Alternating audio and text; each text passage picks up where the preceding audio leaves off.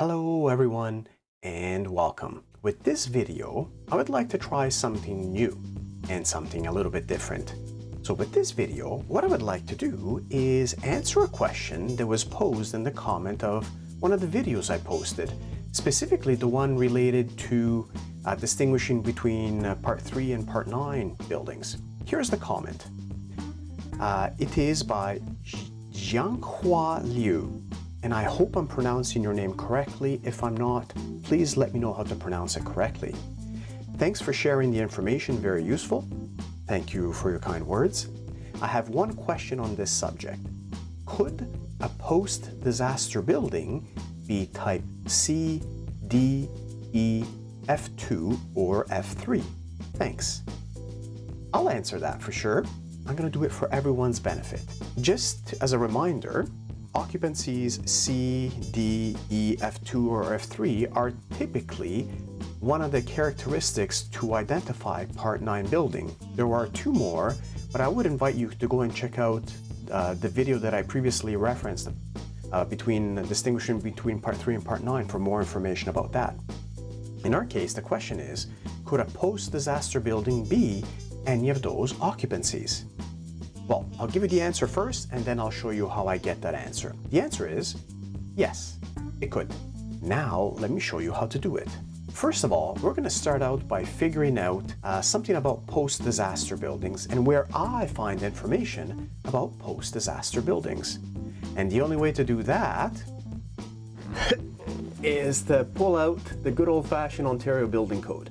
Now, I'm going to show you using the building code, but I'm going to make relevant portions of the building code appear on screen because that will make more sense. So here's the Ontario Building Code, and I'm going to show you first where I get information related to post-disaster buildings. I find that in Volume 1, Division B, Part 4, Structural Design, right here. Information related to post-disaster buildings. They appear in this table here, which is table 4.1.2.1b, which is the importance categories for buildings. This is relevant when you start figuring out the structural loads on buildings and how they're actually configured, those structural loads, depending on the importance of a building. Okay? Here's where post-disaster buildings appear. See it right there?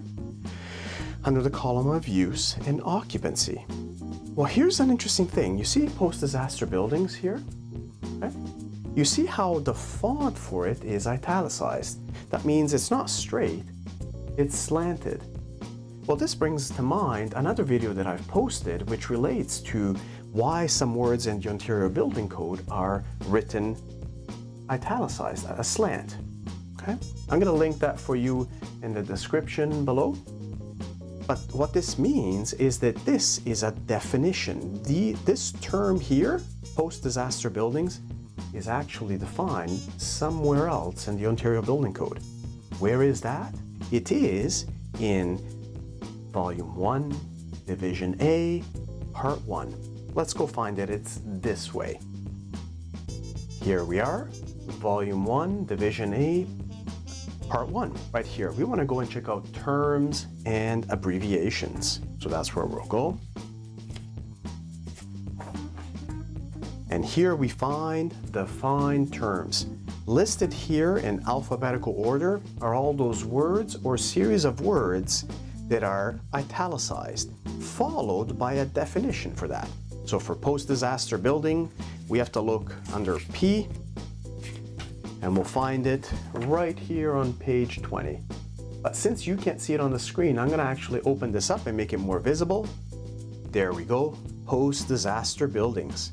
So post-disaster buildings means a building that is essential to the provision of services in the event of a disaster and includes, and then listed here, A through J, is a list of all the example of buildings that could be a post-disaster building. Which is great. Why? Why is this great? Because there's also somewhere else in the building code where examples of these kind of buildings are posted, but they're actually arranged by occupancy. And you know where that is? It's in Appendix A. So what does this mean? Well, that means that now I have to somehow find Appendix A. Volume 2 of the Ontario Building Code. Appendix A is in Volume 2. Here is Volume 2 of the Ontario Building Code. Appendix A, let's go find it. It's right here. Okay, we're right here. Let me center this on the screen for you. There we go, right here. Major occupancy classification. So look at this. Here is a list of buildings, of examples of different buildings, but it's arranged by occupancy. So what we're gonna do is, well, I kept this page from the first volume of the Ontario Building Code that has a list of post-disaster buildings, and then I'm gonna see if that list is present under those occupancies that were asked. So that is C, D, E, F, what was it? F2 and F3, okay? So that's on this page, so I'll make that appear on screen. Right here. Okay, C, D, E, F2, and F3. Okay, so right away, off the top of my head, there are some that appear here under the definition of post-disaster buildings that also appear in one of these occupancies. Right off the top of my head, radio stations. Okay, another one is television studios. You see how I'm doing this? So all you would do, for example, is just go one by one through all of these occupancies and see if they appear anywhere in Group C, Group D, Group E, F2, and F3. So that's how I was able to answer yes to the question posed. Are there post-disaster buildings that fall under the categories of C, D, E, F2, and F3? Yes. I hope this was helpful. Thank you so much for your time. Take care and have a lovely day.